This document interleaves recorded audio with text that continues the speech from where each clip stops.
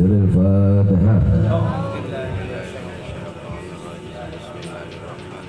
الحمد لله رب العالمين الرحمن الرحيم مالك يوم الدين إياك نعبد وإياك نستعين صراط المستقيم صراط الذين أنعمت عليهم. الحمد لله والصلاة والسلام على رسول الله محمد ibn Abdullah wa ala alihi wa sahbihi wa man wala. Amma ba'd. Saya cinta yang saya muliakan Al-Habib Saleh Al-Abbas, Al-Habib Muhammad Segaf, serta para habaib-habaib, para alim ulama, seluruh jamaah majlis malam Selasa yang dimuliakan oleh Allah Subhanahu wa taala. Alhamdulillah, segala puji dan syukur kehadirat Allah Subhanahu wa taala, yang dimana Allah Subhanahu wa taala menggerakkan hati kita, sehingga hati kita menggerakkan langkahan kaki kita untuk hadir, untuk duduk di suatu tempat, di suatu tanah, di suatu belahan bumi yang dimana tidak ada tanah yang pernah diciptakan oleh Allah yang lebih mulia, yang lebih agung, yang lebih utama selain daripada tanah yang digunakan untuk duduk menuntut ilmunya Allah Subhanahu wa taala. Hal ini sesuai dengan perkataan Sayyidina Umar bin Khattab radhiyallahu anhu, yang dimana beliau berkata, innallaha lam yahluk fi wajhil ardi turaban afdal min majlisil ilmi. Sayyidina Umar bin Khattab radhiyallahu anhu beliau berkata, sesungguhnya Allah tidak pernah menciptakan sejengkal tanah pun di muka bumi ini yang lebih mulia dan lebih utama selain daripada majlis-majlis ilmunya Allah Subhanahu wa taala. Yang dimana di saat hamba-hamba banyak di tengah malam ini mereka terlelap dalam tidurnya, atau hamba-hamba yang sibuk dengan bermaksiat kepada Allah, kita Allah pilih sebagai hamba-hamba yang taat, sebagai hamba-hamba yang patuh, sebagai hamba-hamba yang lidahnya basah dengan Al-Quran, sebagai hamba-hamba yang lidahnya basah dengan berzikir, sebagai hamba-hamba yang lidahnya basah dengan bersolawat. InsyaAllah ini menjadi sebab kelak di akhirat lidah kita akan basah dengan telaga Al-Kautsarnya baginda Nabi besar Muhammad. Amin ya Allah. Saudara-saudara, melanjutkan daripada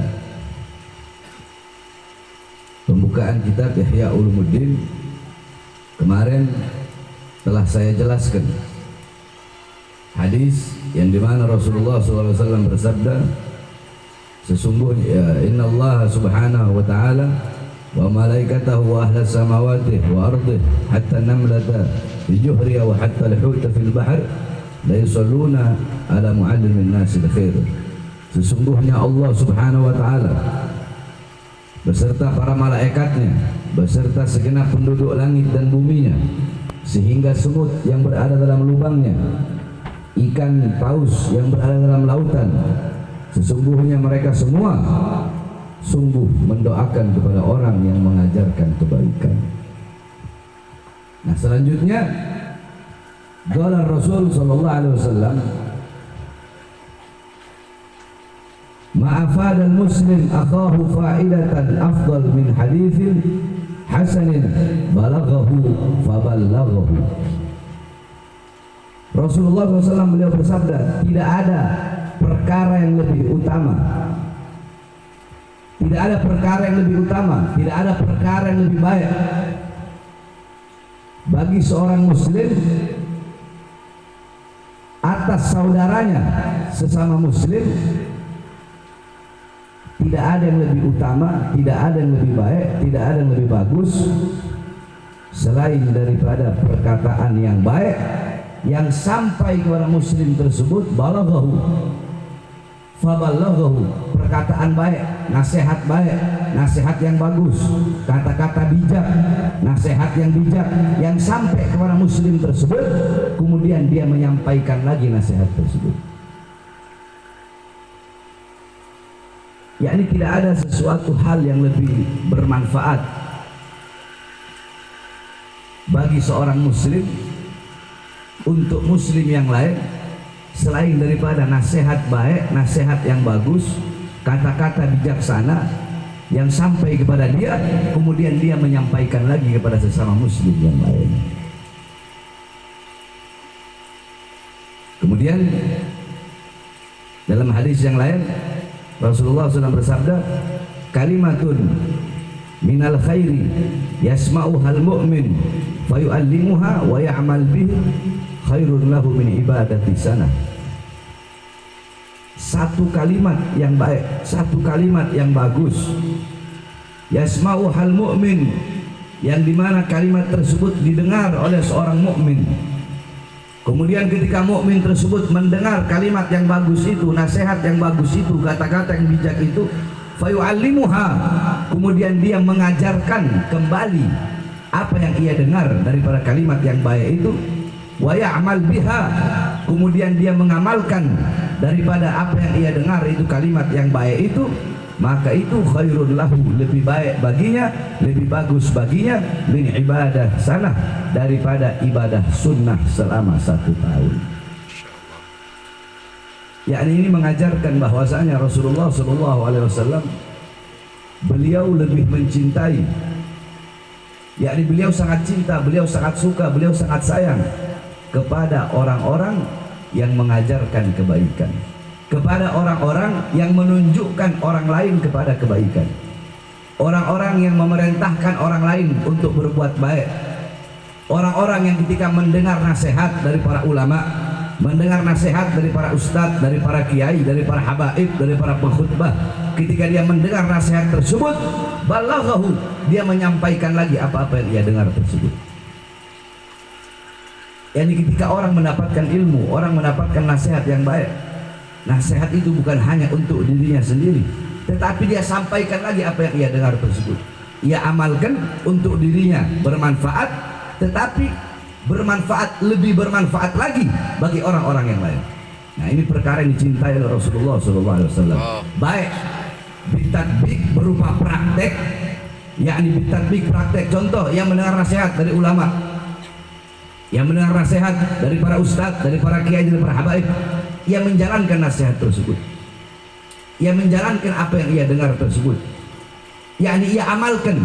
Ketika ia mengamalkan, orang-orang lain melihat, yakni bitatbik, dia berdakwah dengan praktek.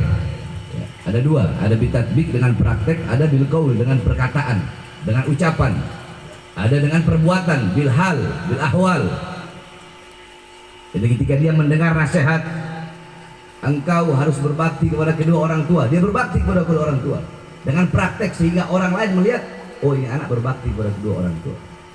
Nah, ada lagi dia menyampaikan lagi, ketika dia mendengar dari seorang ustadz, dari seorang kiai, dari seorang habib, engkau harus berbakti kepada kedua orang tua, karena berbakti kepada kedua orang tua itu adalah suatu kewajiban. Dia menyampaikan lagi kepada temannya dia atau kepada tetangganya dia. Nah, ini yakni kata Rasulullah SAW, man dalla ala khairin, barang siapa orang yang menunjukkan kepada suatu kebaikan, falahu mithlu ajri fa'ilihi, maka dia mendapatkan pahala sebagaimana pahala yang dilakukan oleh orang yang melakukan kebaikan yang dia tunjukkan tersebut. Ente menunjukkan orang kepada perbuatan baik, ente memerintahkan orang, engkau harus taat kepada Allah, engkau harus patuh, jaga engkau punya sholat, karena sholat itu adalah tiang agama.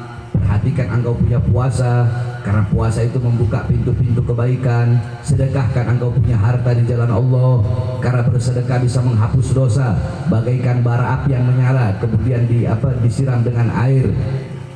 Nah, yakni ketika kita memberikan nasihat, kita mendengar nasihat tersebut, kemudian kita mengajarkan orang lain, apa yang kita dapat, kita ajarkan lagi kepada orang lain, menunjukkan kebaikan kepada orang lain. Ketika orang tersebut melakukan, berbuat perkara-perkara yang kita sampaikan kepada dia, maka selama dia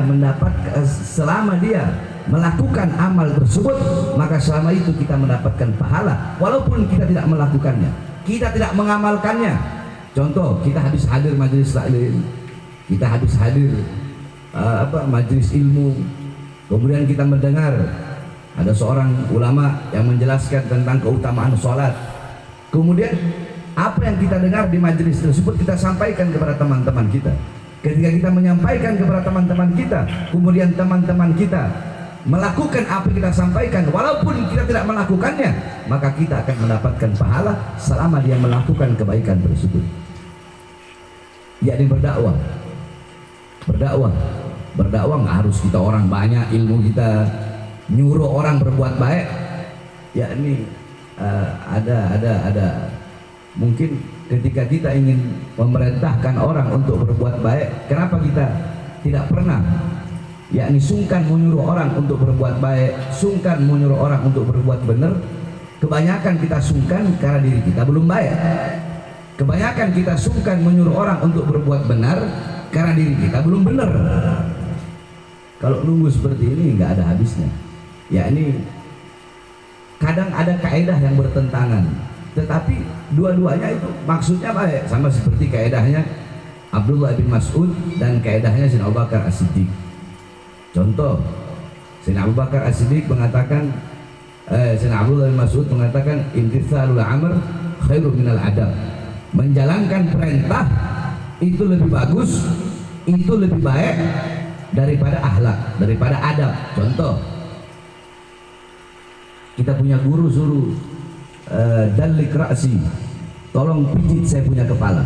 Nggak sopan, nggak ada akhlak, nggak ada adab, kita megang kepala guru. Tapi karena itu adalah perintah daripada seorang guru, kalau mau pakai kaidahnya Sayyidina Abdullah bin Mas'ud, jalankan pijit, karena itu adalah perintah dari seorang guru. Nah, tapi di sisi lain bisa ente mau pakai kaidahnya Sayyidina Abu Bakar As-Siddiq. Apa kaidahnya Sayyidina Abu Bakar As-Siddiq? Bertentangan dengan kaidah tadi.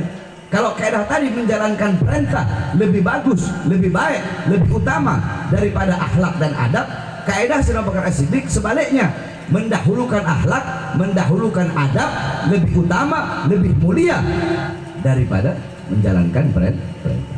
Tolak, oh mohon maaf saya nggak mau, karena nggak ada akhlak, karena nggak ada adab. Ini kaidah bertentangan, tetapi dua-duanya bagus. Nah, sama seperti perkara ini, hal ini.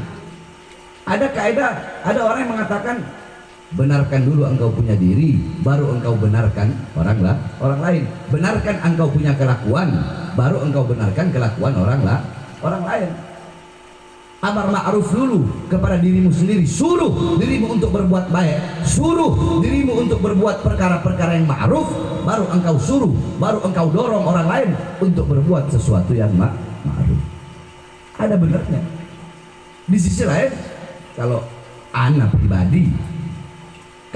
pribadi tidak gugur kewajibanmu untuk berbuat apa, tidak gugur kewajibanmu untuk memerintahkan orang berbuat baik, walaupun engkau bukan orang baik, dan tidak gugur kewajibanmu mencegah orang untuk berbuat dosa, walaupun engkau pelaku dosa tersebut.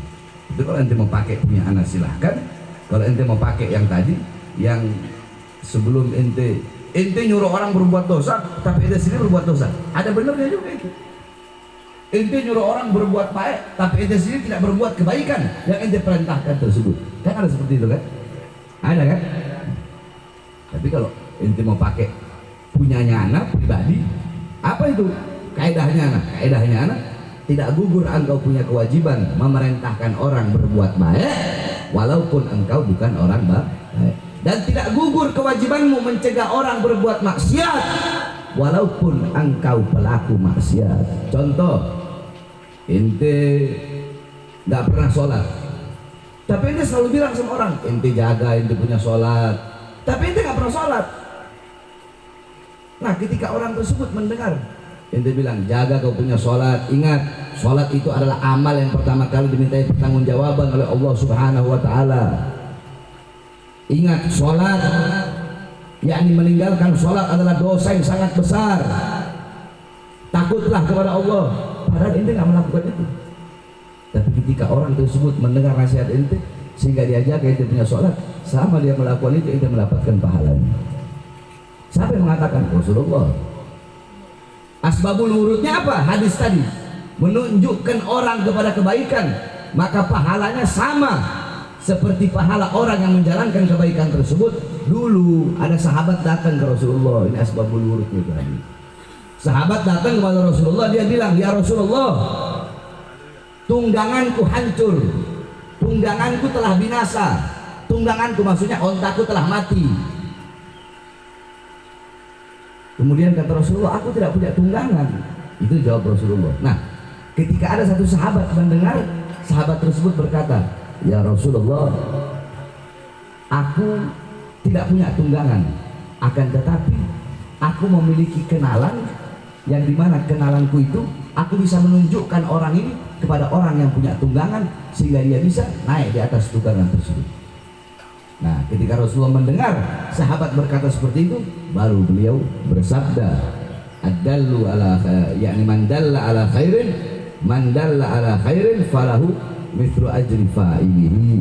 Barang siapa yang menunjukkan orang kepada suatu kebaikan, maka dia akan mendapatkan pahala sebagaimana kebaikan yang dilakukan oleh orang tersebut. Karena sahabat tadi, walaupun dia tidak punya tunggangan, tapi dia menunjukkan, menolong, menunjukkan orang tersebut kepada tunggangan milik orang lain. Ya, ini berdakwah. Makanya ente kalau ketika ente di sini ente mendengar, ente atau di majelis taklim, ente dengar suatu ilmu, kalau lebih bagus, lebih baik ente amalkan ilmu tersebut, kemudian ente sebar. Ya, ente sebarkan apa yang telah ente dapat tersebut. Ente mendengar, kemudian ente sebarkan apa yang ente dapat tersebut. Yakni kalau Rasulullah SAW, man sanna sunnatan hasanatan, barang siapa yang mendapatkan sunnah Rasulullah, mendapatkan suatu kebaikan, mendapatkan suatu amal yang baik, kemudian fa'allamah, kemudian dia mengajarkan apa yang ia dapat tersebut, maka orang tersebut akan mendapatkan pahala daripada apa yang dia ajarkan tersebut, dan tidak akan, pahala yang ia dapatkan tidak akan mengurangi daripada seluruh pahala yang ia punya. Sebaliknya, barang siapa yang mengajarkan orang, menunjukkan orang, mendorong orang kepada suatu perbuatan dosa, maka selama orang tersebut berbuat dosa, maka ia akan mendapatkan perbuatan dosa yang dilakukan oleh orang tersebut, dan dosa yang ia dapatkan tidak akan mengurangi daripada dosa-dosa orang yang berbuat dosa tersebut. Pilih, ente mau jadi hamba-hamba yang menunjukkan orang kepada kebaikan. Allah sudah bilang dalam Al-Quran, kuntum khairu ummatin ukhrijat linnas ta'muruna bil ma'ruf wa tanhauna 'anil munkar. Kalian adalah umat terbaik yang Allah keluarkan bagi seluruh manusia. Umat yang paling baik, umat yang paling mulia, umat yang paling agung, umat yang paling sempurna. Seperti apa umat yang terbaik? Allah kasih ciri-cirinya, Allah kasih tanda-tandanya. Kalau engkau ingin mendapatkan predikat sebagai umat yang terbaik, engkau pengen dapat gelar umat yang paling mulia, umat yang paling agung, tidak akan bisa engkau menjadi umat yang terbaik kecuali engkau memerintahkan kepada kebaikan dan mencegah daripada kemungkaran. Ada orang itu tunjukkan, dia nanya ke ente, ana kalau mau beli khamr di mana? Oh, ente kalau beli khamr di sana. Itu cuma nunjuk doang, walaupun ente nggak minum itu khamr, ente nggak minum khamr, ente nggak mabuk, tapi ente menunjukkan orang, nunjukin jalan doang, nunjukin tempat tuh. Kalau mabuk di situ tuh, oh itu minuman keras enak di situ. Cuma anda udah tobat, anda udah enggak. Sumama begitu, anda udah enggak, anda udah berhenti, udah tobat, udah insaf. Anda sekarang udah taat, udah lempek, udah lurus. Itu kalau mabuk di situ aja. Maka selama orang tersebut mabuk, apa yang ente tunjuk, ente nunjukin tempatnya doang. Maka selama orang tersebut mabuk di situ, beli minuman di situ, maka selama itu ente mendapatkan dosa mabuk walaupun ente nggak mabuk. Ada orang, ente bilang, ente pergi ke situ tuh, itu tempat pelacuran, barangnya bagus-bagus. Walaupun ente nggak pakai itu pelacur, ente nggak pakai itu pelacur, ente nggak berzina, tapi ente menunjukkan orang itu di situ. Oh, jamblainya bening-bening, bagus-bagus. top barangnya itu. Itu nunjukin orang, dia berzina di situ, dia melacur di situ, dia berbuat dosa di situ. Ente menunjukkan dia ke tempat tersebut, maka walaupun ente tidak melakukan perbuatan dosanya, ente akan mendapatkan dosa orang tersebut. Sebaliknya, kalau ente menunjukkan orang kepada kebaikan, contoh yang ditunjukkan orang, ente baca Quran, Al-Quran huwa nurul mubin wa dzikrul hakim wa siratul mustaqim. Ente baca Quran, ente baca zikir, ente yang taat sama Allah, jaga ente punya sholat, jangan berbuat dosa, jangan berbuat maksiat. Udah ente tobat, ente kembali ke jalan Allah Subhanahu wa taala. Sebesar apapun ente punya dosa, ada yang lebih besar, yaitu pintu pengampunannya Allah Subhanahu wa taala. Ayo kembali kepada Allah, taubat kepada Allah Subhanahu wa taala. Ketika orang tersebut berbuat baik, yakni kata Rasulullah, satu orang yang mendapatkan petunjuk dengan sebab engkau, itu lebih baik daripada engkau mendapatkan unta merah. Unta merah itu yakni hadiah yang paling mewah, hadiah yang paling luar biasa. Di zaman yakni adat istiadat orang Arab, kalau memberikan, kalau udah kasih unta merah, nah itu udah spesial hadiahnya. Orang sangat bahagia ketika mendapatkan unta merah. Nah, ketika satu orang mendapatkan hidayah, mendapatkan petunjuk dengan sebab engkau, itu lebih utama, lebih baik, lebih bagus, lebih mulia daripada engkau mendapatkan sebuah unta merah. Oleh karenanya, ketika ente mendapatkan suatu nasihat, mendapatkan suatu ilmu, walaupun sedikit, ente punya ilmu yang sedikit, ente beri kepada orang lain ilmu tersebut. Karena kita nggak tahu, siapa tahu ente bisa menjadi sebab orang tersebut bertobat kepada Allah. Ente bisa menjadi sebab orang tersebut kembali kepada Allah Subhanahu wa taala. Alhamdulillah, ta'adus bin nikmah. Anda bersyukur kepada Allah Subhanahu wa taala. Ketika Anda di luar, belum tentu Anda bisa menyadarkan ahli maksiat. Belum tentu Anda bisa menyadarkan orang-orang yang suka berbuat dosa kepada Allah. Tetapi ketika Anda di penjara, alhamdulillah, para pelaku-pelaku maksiat, para orang yang suka berbuat dosa, bandar-bandar narkoba, preman-preman, bajingan-bajingan, para pembunuh-pembunuh, mereka semuanya kembali kepada Allah. Mereka semua bertobat kepada Allah. Bahkan Anda bisa jamin mereka lebih alim daripada ente orang yang ngaji di sini. Ente orang ada 100 hadis? Ada? Hah? Mereka hafal 100 hadis. Tato mereka dari ujung rambut sampai ujung kaki. Berapa banyak orang yang mereka bunuh? Bandar narkoba yang mainnya bertonton. Ketika Anda di Nusa Kambangan, di lapas Pondok Raja, di lapas Gunung Sindur, ada si Daeng, dia bunuh orang 16 orang, dia bunuh hukuman mati, 37 orang, 16 TKP, perampok. Alhamdulillah, dia kembali kepada Allah Subhanahu wa taala. Tidak disebut nama Nabi Muhammad kecuali dia nangis. Apakah ente nangis ketika disebut nama Rasulullah? Apakah ente nangis ketika disebut nama Nabi Muhammad? Mereka orang-orang yang hatinya sudah menjadi batu, orang-orang yang tidak ada kasih sayang, tidak ada rasa cinta, sehingga tega membunuh 37 orang. Alhamdulillah, ketika mereka mendapatkan siraman daripada dakwahnya kami, tidak disebut nama Nabi Muhammad kecuali dia menangis, menanggung kerinduan kepada Rasulullah sallallahu alaihi wasallam. Nah, ini sesuatu yang ente keluarkan dari hati bakal sampai ke dalam hati. Syai'ul ladzi yakhrij minal qulub yadkhulul qulub. Sesuatu yang keluar dari hati bakal masuk ke dalam hati. Contoh,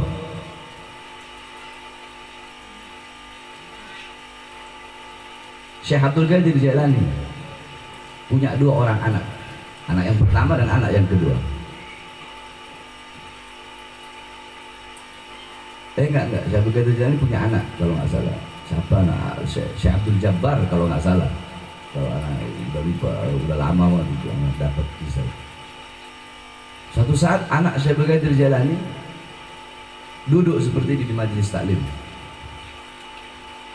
Dia bawa kisah, dia bawa tentang bagaimana azab Allah yang begitu pedih, bagaimana siksa Allah yang begitu dahsyat.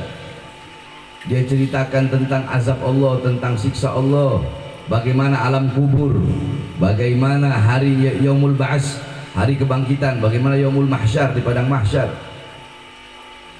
Tetapi orang yang mendengar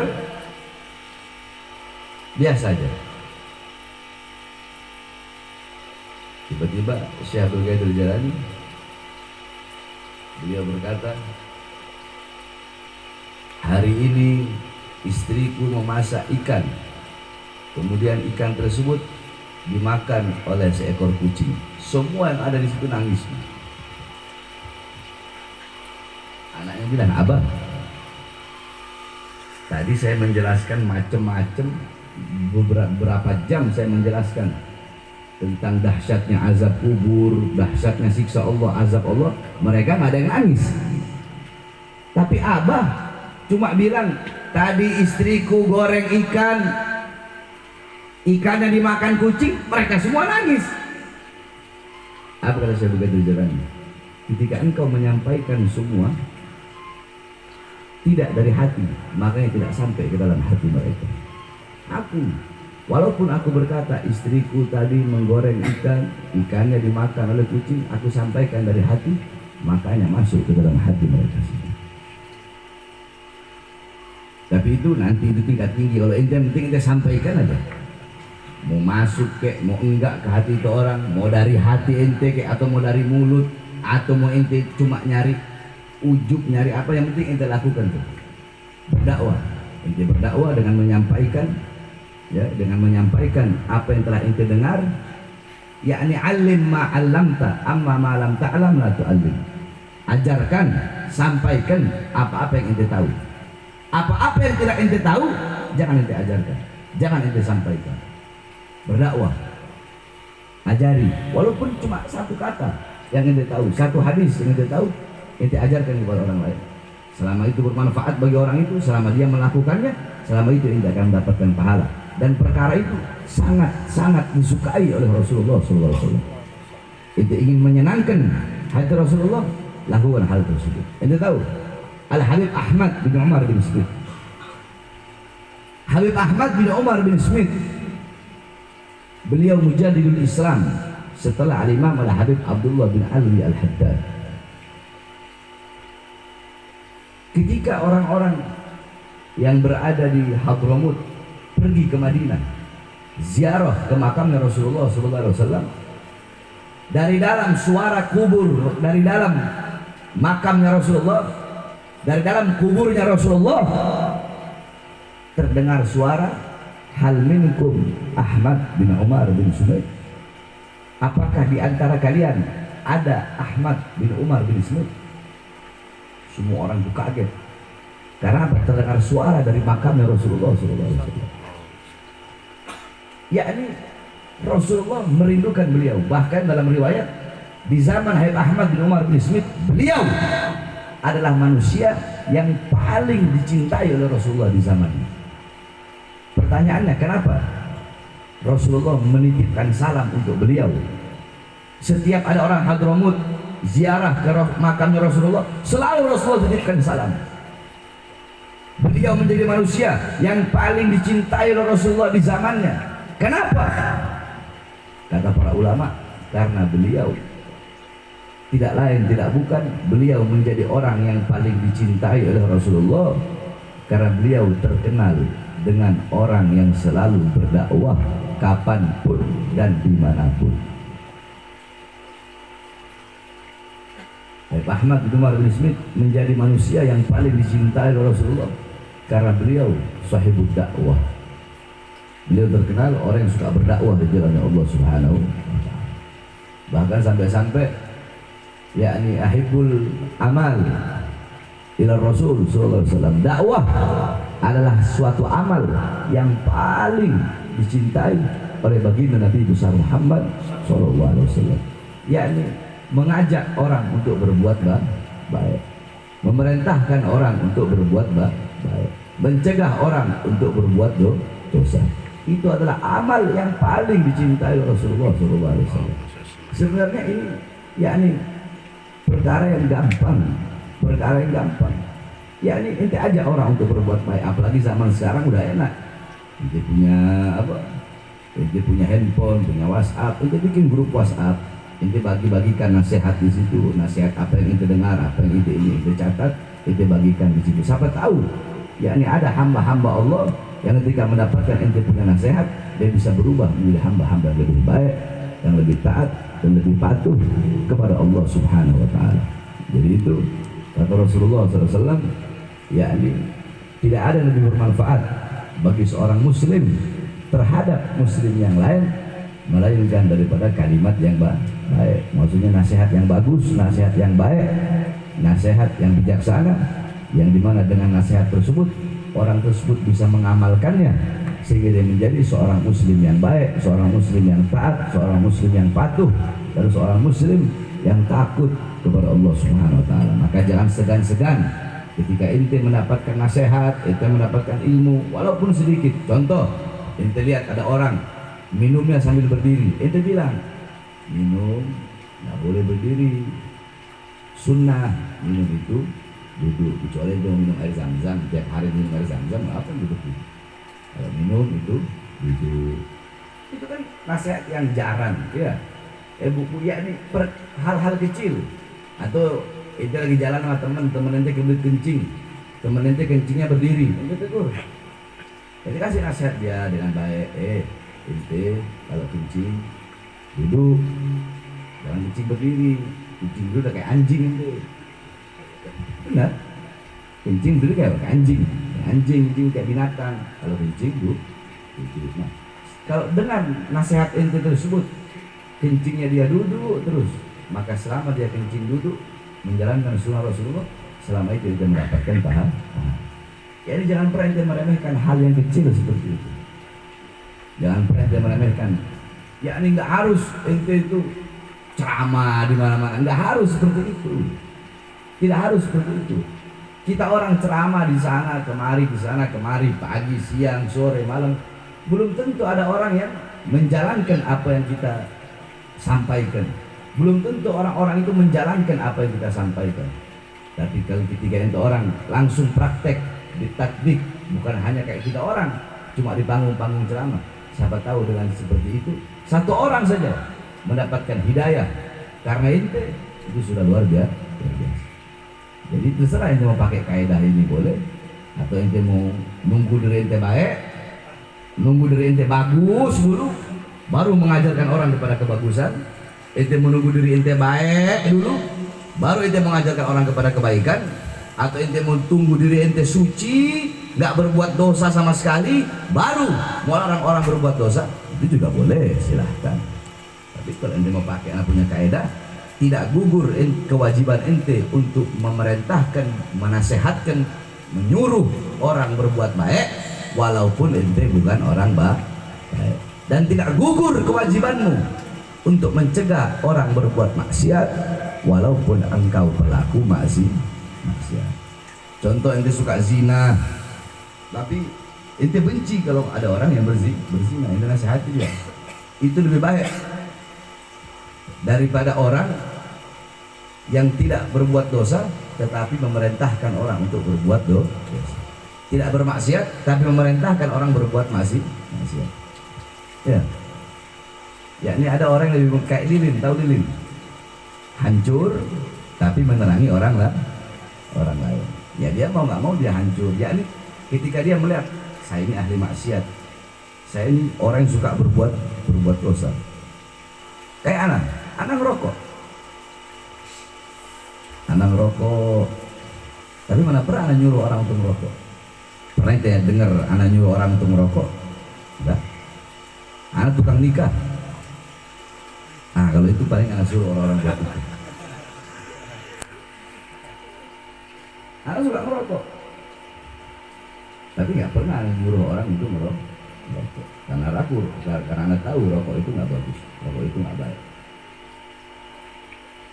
Anak gondrong, Mana pernah nyuruh orang buat gondrong? Tidak. Nggak pernah nyuruh orang untuk gondrong. Karena kalau anak tahu gondrong yang sunnah, memanjangkan rambut yang sunnah itu sampai di bawah telinga.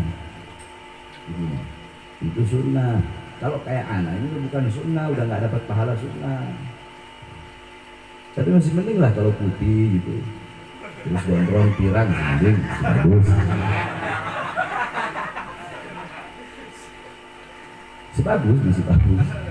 Kalau putih terus mau gondrongin lah biar kayak Abu Bahar pirang, ya masih bagus lihat kalau putih. Kalau udah hitam, udah hitam. Kenapa digondrongin diwarnain biar kayak Abu Bahar?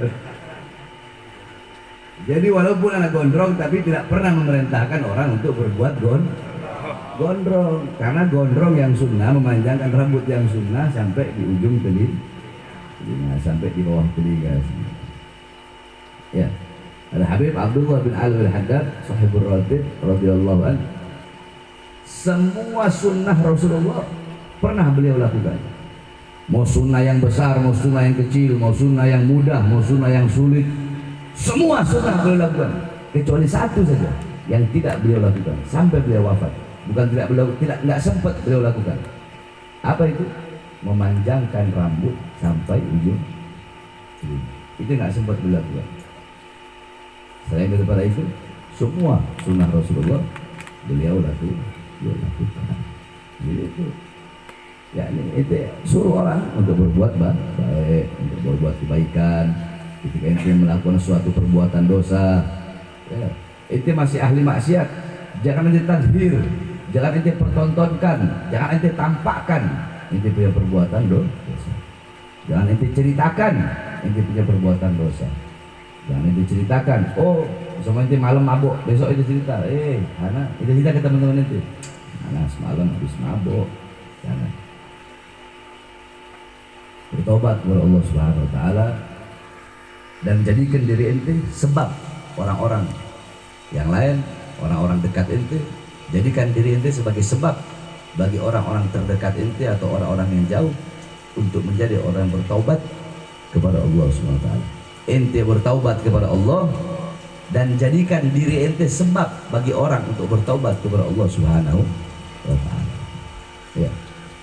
Makanya ana sering bilang, ana tidak butuh orang di luar Islam masuk Islam, yakni mu'allaf, enggak. Orang di luar Islam masuk Islam, tapi yang orang Islamnya mengikuti budaya dan ajaran orang-orang kafir. Lebih banyak orang Islam yang mengikuti budaya-budaya dan ajaran orang kafir daripada orang yang kafir mu'allaf masuk ke dalam Islam. Makanya bagaimana kalau ana lebih milih mengislamkan orang Islam daripada mengislamkan orang-orang kafir, mengislamkan orang Islam, karena banyak orang-orang ngaku Islam tetapi perilakunya jauh daripada Islam. Ya, ingat kalimatun hasan, mandalla ala khairin. Nah, khairin di sini isim nakirah. Khairin di sini isim nakirah yang bermakna umum, bukan bermakna khusus. Berarti kebaikan di sini bukan hanya kebaikan akhirat, melainkan juga kebaikan dunia. Kebaikan dalam urusan apapun, selama itu bernilai kebaikan, ajarkan, tunjukkan.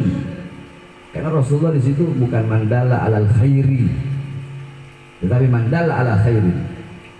Isim nakirah yang bermakna umum, bermakna luas, bermakna umum, baik itu kebaikan dunia ataupun kebaikan akhirat. Ajarkan, tunjukkan. Contoh, anak lagi sakit lambung, asam lambung.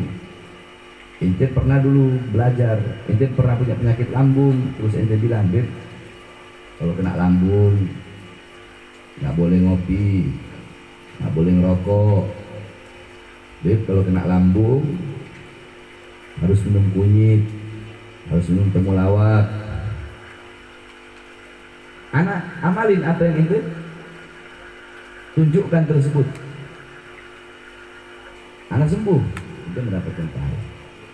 Jadi bukan hanya harus ukuran urusan ukhrawi, urusan akhirat saja, enggak. Urusan apapun, ya, urusan dunia, ataupun urusan akhir. Beb, anak dulu kena penyakit asam lambung, obatnya anak nikah lagi. Paham? Paham ya? Nah, ya ini untuk menyenangkan Rasulullah, ente berdakwah, ajarkan orang untuk berbuat baik, walaupun sedikit kebaikan yang ente miliki ataupun tidak ada kebaikan sama sekali di dalam dirinya ya. Paham? Wallahu a'lam.